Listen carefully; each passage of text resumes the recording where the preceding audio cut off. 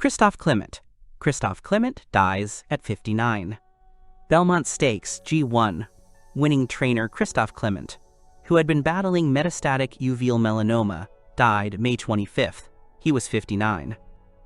In a prepared statement from Clement posted on his stable's Twitter account following his death, the trainer said, "As I reflect on my journey, I realize I never worked a day in my life. Every morning I woke up and did what I loved most, surrounded by so much love. This journey started with my wife, Valerie, and 6 horses. Being a racehorse trainer is far more than a profession.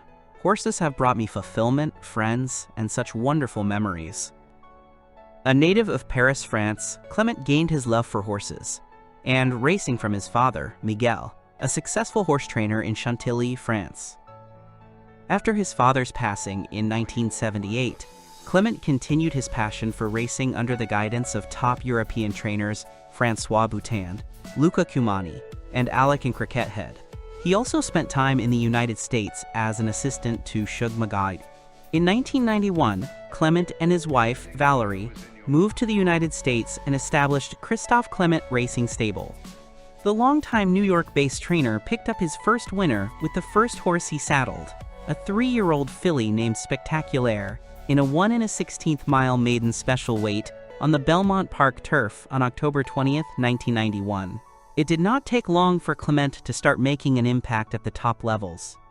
He won his first graded stakes in February 1992 when Passager de Soir took the Gulfstream Park Budweiser Breeders' Cup Handicap, G2T, and a month later quickly tacked on a second, a month later when Sardagna won the La Prévoyante Invitational Handicap, G2T, at Calder Racecourse. Tom Hanks. Tom Hanks has always felt like a familiar friend to the world, a steady, warm presence in times of chaos, a storyteller whose characters never just entertained us, but became a part of who we are. From Forrest Gump to Saving Private Ryan, from Castaway to Philadelphia, he gave us honesty, vulnerability, and hope in every performance. But now, away from the lights and applause, Tom is facing a deeply personal struggle. His health is very poor, and those closest to him fear the risks may only grow heavier with time. It's hard to imagine someone so full of life and light, facing such frailty. Tom, who once ran across America on screen and stood as a symbol of resilience, now finds each day a bit more difficult. There's a quiet battle unfolding, one that he, in his usual grace, has kept away from the public eye. But within his close circle, the worry has deepened. He's never been one to chase attention. Even now, as his body weakens, Tom remains a source of calm, choosing dignity over drama, gratitude over despair. He smiles through the fatigue. He listens more, reflects more. He holds tightly to the people he loves, the moments that matter. The world watches in sorrow and reverence. We remember the comfort his voice brought as Woody in Toy Story. We remember the strength he showed as Captain Miller. We remember the way he made us believe in goodness, because he lived it, both on and off screen. Tom Hanks has always been more than just an actor. He's a reminder of decency in a complicated world. And now, as he walks this difficult road, we send him the very love and strength he's given us over the years. Thank you, Tom, for the laughter, the tears, the humanity. You've given us so much. Cor Boonstra. Cor Boonstra dies at 87. Cor Boonstra, the former CEO of Philips, and once regarded as one of the Netherlands' most influential business leaders, died overnight Friday into Saturday at the age of 87, his family confirmed to ANP. He passed away in his hometown of Amsterdam. Boonstra led the Dutch electronics giant Philips from 1996 until 2001, overseeing a turbulent but financially impactful period in the company's history. Upon taking the helm, Boonstra implemented sweeping reforms aimed at reversing poor performance, including major restructuring and cost-cutting measures. Shortly after his appointment, Boonstra initiated large-scale cuts and divested loss-making divisions. At the same time, Philips, then still a major player in consumer electronics, intensified its marketing efforts for products such as televisions. These strategies helped drive a substantial increase in the company's stock market valuation, earning widespread praise from investors. Boonstra's reputation as a decisive and effective executive earned him repeated recognition from the business publication management team. which named him the best executive in the Netherlands multiple times. His corporate leadership career began after finishing secondary school, HBS, when he joined Unilever as a young employee.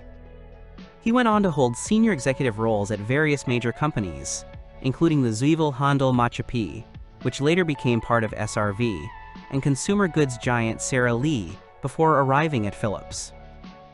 Despite his acclaim, Boonstra's public image suffered a blow in the early 2000s when he faced allegations of insider trading. The case centered on a stock purchase he made in the entertainment company Endemol, shortly before a takeover bid by the Spanish firm Telefónica. Jon Peters. Jon Peters dies at 75. Boom Radio and Radio Trent presenter Jon Peters has died aged 75. Mr. Peters has been described as a radio man through and through by Boom Radio, which he joined in February 2021. The station said Mr. Peters died this week following an illness. The presenter, originally from Middlesex, first entered the world of radio in 1974 when he joined a closed-circuit station for the United Biscuits factory. On July 3, 1975, he hosted Radio Trent's first-ever program, spending decades with the station and hosting shows such as Trent Top 30. That wasn't the only time Mr. Peters launched an East Midlands station, as he also hosted The Breakfast Show on Saga Radio. Mr. Peters has, over the years, broadcast on several other stations in the region and also dabbled at the BBC. At Boom Radio, his rare gifts were broadcast across the UK, presenting 3 shows. These were a Friday show at 6 p.m., a Saturday show at 4 p.m. called John's Jukebox, and the Vintage Charts on Sunday at 12 p.m. In his spare time, Mr. Peters was a car and technology lover, often spending time in his workshop with a soldering iron. A tribute from Boom Radio reads, "It is with deep regret that we bring you the news that our Jon Peters has died. He was 75. John was the king of chart shows, hosting our weekly Vintage Charts program since Boom Radio launched, alongside John's Jukebox and his Friday evening show. Only at Boom have his rare gifts been heard across the UK, and he was enormously touched by the enthusiasm you showed for his programs. John was a radio man through and through, with an enviable command of the sound of the medium, weaving voice and music together into a rich audio tapestry." Susan Brown Miller. Susan Brown Miller dies at 90. Susan Brown Miller, a prominent feminist and author of the 1960s and 70s, whose Against Our Will was a landmark and intensely debated bestseller about sexual assault, has died. She was 90. Brown Miller, who had been ill, died Saturday at a New York hospital, according to Emily Jane Goodman, a retired New York State Supreme Court justice and practicing attorney, who serves as the executor of Brown Miller's will. A journalist, anti-war protester, and civil rights activist, before joining the quote-quote feminist movement in its formative years, Brown Miller was among many women who were radicalized in the 60s and 70s, and part of the smaller circle that included Gloria Steinem, Betty Friedan, and Kate Millett, who radicalized others. While activists of the early 20th century focused on voting rights, second-wave feminism transformed conversations about sex, marriage, reproductive rights, workplace harassment, and domestic violence. Brown Miller, as much as anyone, opened up the discussion of rape. Against Our Will, Men, Women, and Rape, published in 1975 and widely read and taught for decades after, documented the roots, prevalence, and politics of rape, in war and in prison, against children and spouses. She denounced the glorification of rape in popular culture, contended that rape was an act of violence, not lust, and traced rape to the very foundations of human history. Man's structural capacity to rape and woman's corresponding structural vulnerability are as basic to the physiology of both our sexes as the primal act of sex itself, she wrote. In her 1999 memoir, In Our Time, Brown Miller likened the writing of Against Our Will to, quote, shooting an arrow into a bullseye in very slow motion. Sylvester Stallone. Sylvester Stallone's 32-year-old action movie with long-forgotten Jack Black cameo, heading to Tubi. Tubi is once again proving why it's one of the best streaming services available. The free streamer will add a beloved Sylvester Stallone action movie to its catalog next month. Beginning June 1st, Demolition Man will be available to stream on Tubi. Stallone headlines the 1993 sci-fi action movie as LAPD Police Sergeant John Spartan, with Wesley Snipes co-starring as the psychopathic criminal Simon Phoenix. After Spartan unintentionally causes mass casualties and destruction while attempting to apprehend Phoenix, both men are sentenced to be cryogenically frozen in 1996. The rest of the movie takes place in 2032 and sees Spartan unthawed to stop Phoenix, who escaped during a parole hearing.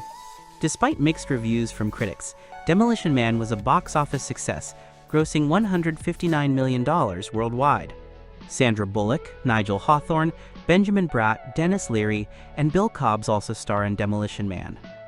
The movie is also notable for featuring one of the earliest big-screen appearances of Jack Black, who plays a member of the Scraps, a resistance society that lives underground in 2032. While Black is now one of the biggest movie stars in the world, he was still trying to make a name for himself in the 1990s. It wasn't until 2000's High Fidelity that Black began to receive wider recognition, with 2003's School of Rock cementing his leading man status. Following the success of Demolition Man, a sequel was planned for 1995, but ultimately never materialized. In 2020, Stallone shared during an Instagram Q&A that he was working with Warner Brothers. Piero Milcani. Piero Milcani died at 86. Piero Milcani was one of the most important figures and fathers of Albanian cinema, with a career spanning 6 decades and an extraordinary contribution to the art of directing. The funeral ceremony will be held tomorrow at 1:30 p.m. He will be remembered for When the Day Dawned, Paths of War, Happy Couple, The Lady from the City, and The Friend from the Village, The General of the Dead Army, L'America, and dozens of other films and cinematographic productions. Piero Milcani was one of the most important figures in Albanian cinema, with a long career and extraordinary contribution to the art of directing. He will be remembered as a beloved and respected personality, not only for his talent, but also for his love and dedication to art and family. The filmography of a colossus of Albanian cinema, from the 60s to eternity, his distinguished filmography began at a young age, when the Albanian Kino Studio released the film so beloved by art lovers, Overcoming Death, in 1967. It was enriched with Why Do These Drums Beat? And When the Day Dawned, 3 episodes, in 1969 and 1971.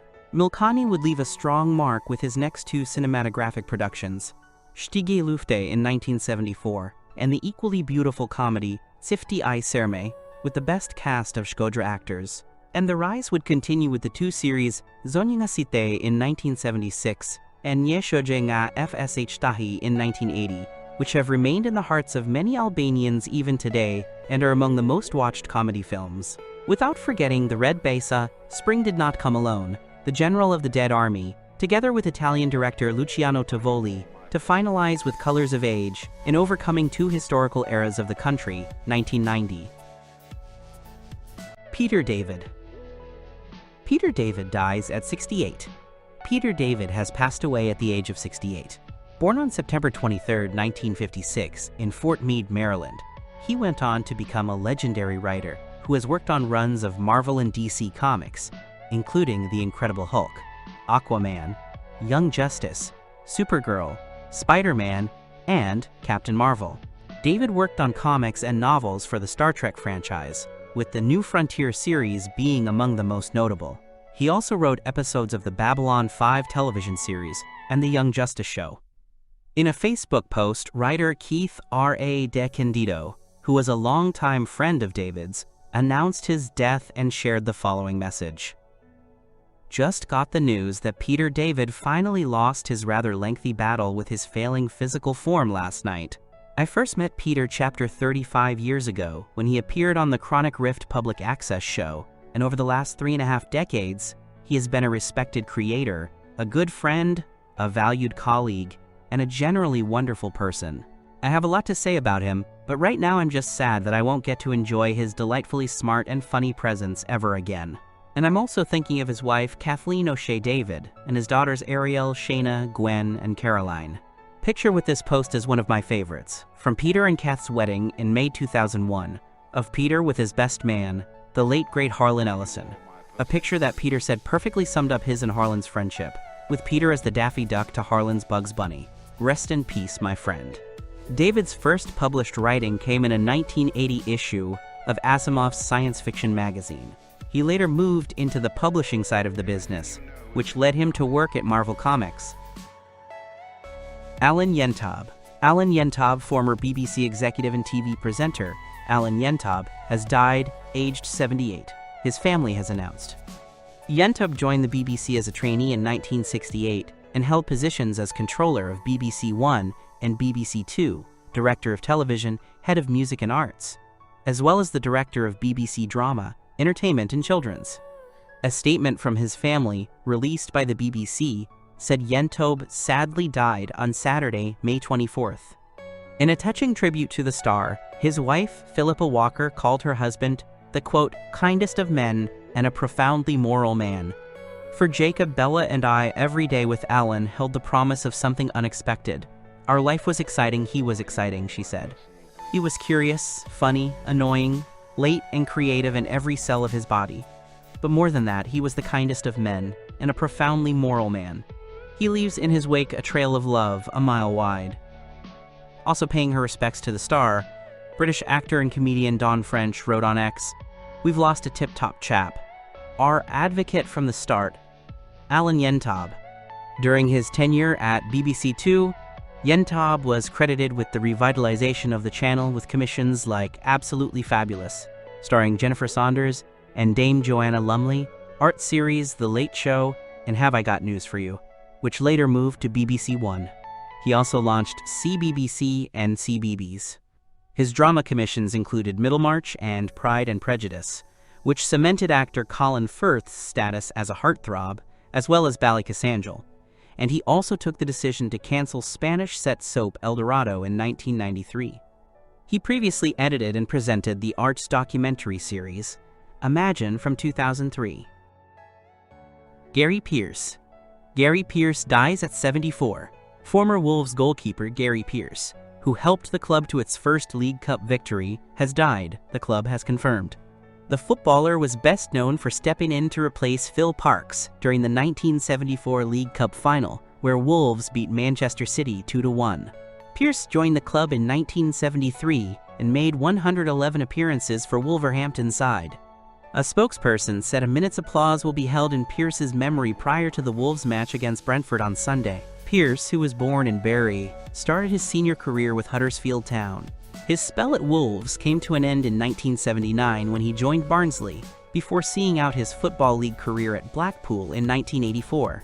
The thoughts of everyone at Wolves are with Gary's family and friends at this sad time, a spokesperson added.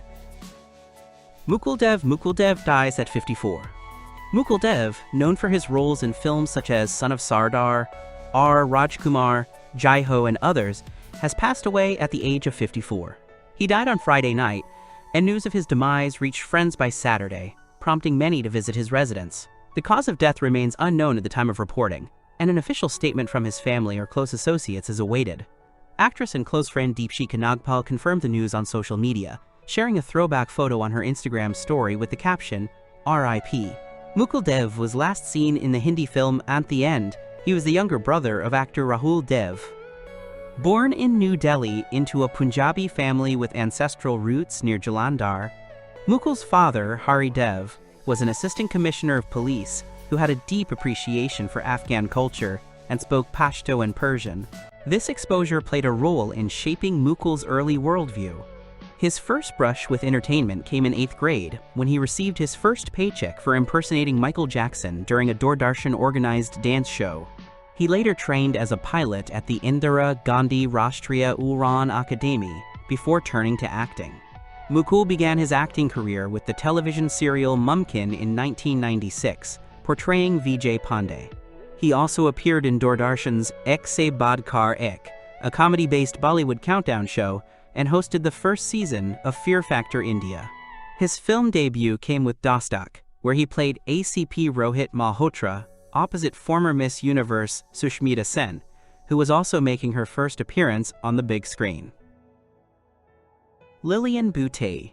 Lillian Boutté dies at 75. Jack Barry, an audio engineer who worked with an array of New Orleans musicians including Fats Domino, Lillian Boutte, the Neville Brothers, and Dijon's Olympia Brass Band, died Monday of heart failure at Wesley Medical Center in Hattiesburg, Mississippi. He was 53.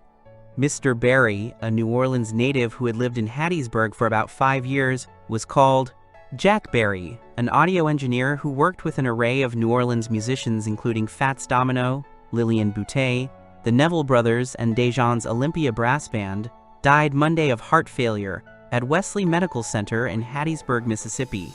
He was 53. Mr. Berry, a New Orleans native who had lived in Hattiesburg for about 5 years, was called upon for 3 decades to create just the right kind of sound at concerts and in music clubs and recording studios. His fascination with sound technology was an outgrowth of his love of music, said his older brother, Jason Berry. He loved music, but he was entranced with the technology of sound when he was a kid. Jason Berry said, Mr. Berry was invaluable because he knew how each instrument should sound and he could create the best sound possible, said Jimmy Anselmo, who created the Carrollton Area Music Club bearing his first name. He was passionate about what he was doing, said Jay Baracco, a sound engineer and friend. Because he was intrigued by exploring what technology can do, Mr. Berry could get exactly what he wanted, said Bruce Rayburn, curator of Tulane University's William Ransom Hogan Jazz Archive. In 1983, when Rayburn and Mr. Berry were recording a punk group called Stick People, Mr. Berry decided to turn a tiled bathroom into an echo chamber to get exactly the right kind of drum reverberation. Celine Dion. There are voices that simply exist, and then there are voices that transcend, voices that become part of the human experience, echoing through joy, through sorrow, through love and loss. Celine Dion is one of those voices. Her music has been a companion to millions, a source of comfort, of beauty, of truth. But now, behind the stage curtains and beyond the spotlight, Celine is facing her most personal and painful battle. Her health is very poor, and with each passing day, the risk appears to grow. Diagnosed with stiff person syndrome, a rare and deeply debilitating neurological disorder, Celine has been forced to step away from the thing that gave her and the world so much life, her music. The condition has made it increasingly difficult for her to move, to sing, even to breathe freely at times.